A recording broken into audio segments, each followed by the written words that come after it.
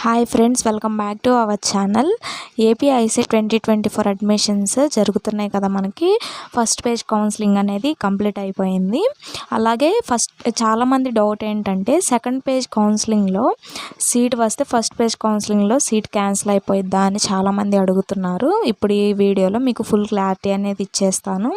మన ఛానల్ని ముందుగా సబ్స్క్రైబ్ చేసుకోండి. ఏ చిన్న డౌట్ ఉన్నా మీకు క్లారిఫై అనేది చేస్తాను.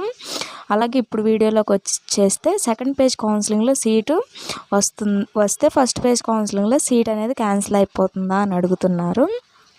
మీరు ఫస్ట్ పేజ్ కౌన్సిలింగ్లో సీట్ అలాట్మెంట్ ఆర్డర్ అనేది వస్తే మీరు కాలేజ్లో అనేది ఫస్ట్ రిపోర్ట్ చేయాలి. రిపోర్ట్ చేసి అక్కడ మ్యామ్స్తో కలిసి మేము ఇట్లా సెకండ్ కౌన్సిలింగ్కి వెళ్ళాలనుకుంటున్నాము, మా సీట్ అనేది హోల్డ్ చేయండి మేము అని చెప్తే ఆ మ్యామ్స్ జిరాక్స్ కాపీస్ అన్నీ తీసుకొని, ఒరిజినల్స్ మీ దగ్గర ఇచ్చేస్తారు. జిరాక్స్ కాపీస్ అన్నీ తీసుకొని మీకు ఓన్లీ లెటర్ అని రాయించుకుంటారు. మేము ఇలా సెకండ్ పేజ్లోకి వెళ్ళాలి, ఒకవేళ సెకండ్ పేజ్లో రాకపోతే ఫస్ట్ పేజ్లో సీట్ అనేది అట్లా హోల్డ్లో ఉంచుకున్నాము అని మీ చేత ఒక లెటర్ అనేది రాయిస్తారు. ఇప్పుడు సెకండ్ పేజ్లో మీకు సీట్ అనేది వస్తే ఫస్ట్ పేజ్లో సీట్ అనేది మీరు కాలేజ్ రిపోర్టింగ్ చేసినా చేయకపోయినా మీ సీట్ అనేది క్యాన్సిల్ అవుతుంది, పక్కా క్యాన్సిల్ అయిపోతుంది.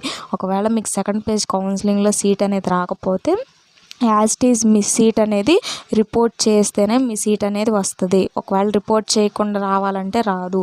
సో మళ్ళీ చెప్తున్నా వినండి, మీరు సెకండ్ పేజ్లో సీట్ అనేది వస్తే ఫస్ట్ పేజ్లో సీట్ అనేది క్యాన్సిల్ అయిపోతుంది, ఆటోమేటిక్ క్యాన్సిల్ అయిపోతుంది మీది.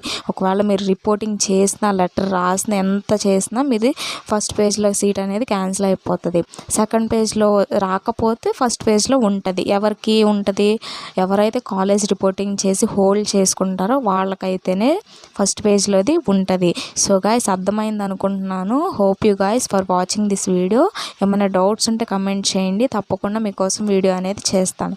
Thank you for watching this video.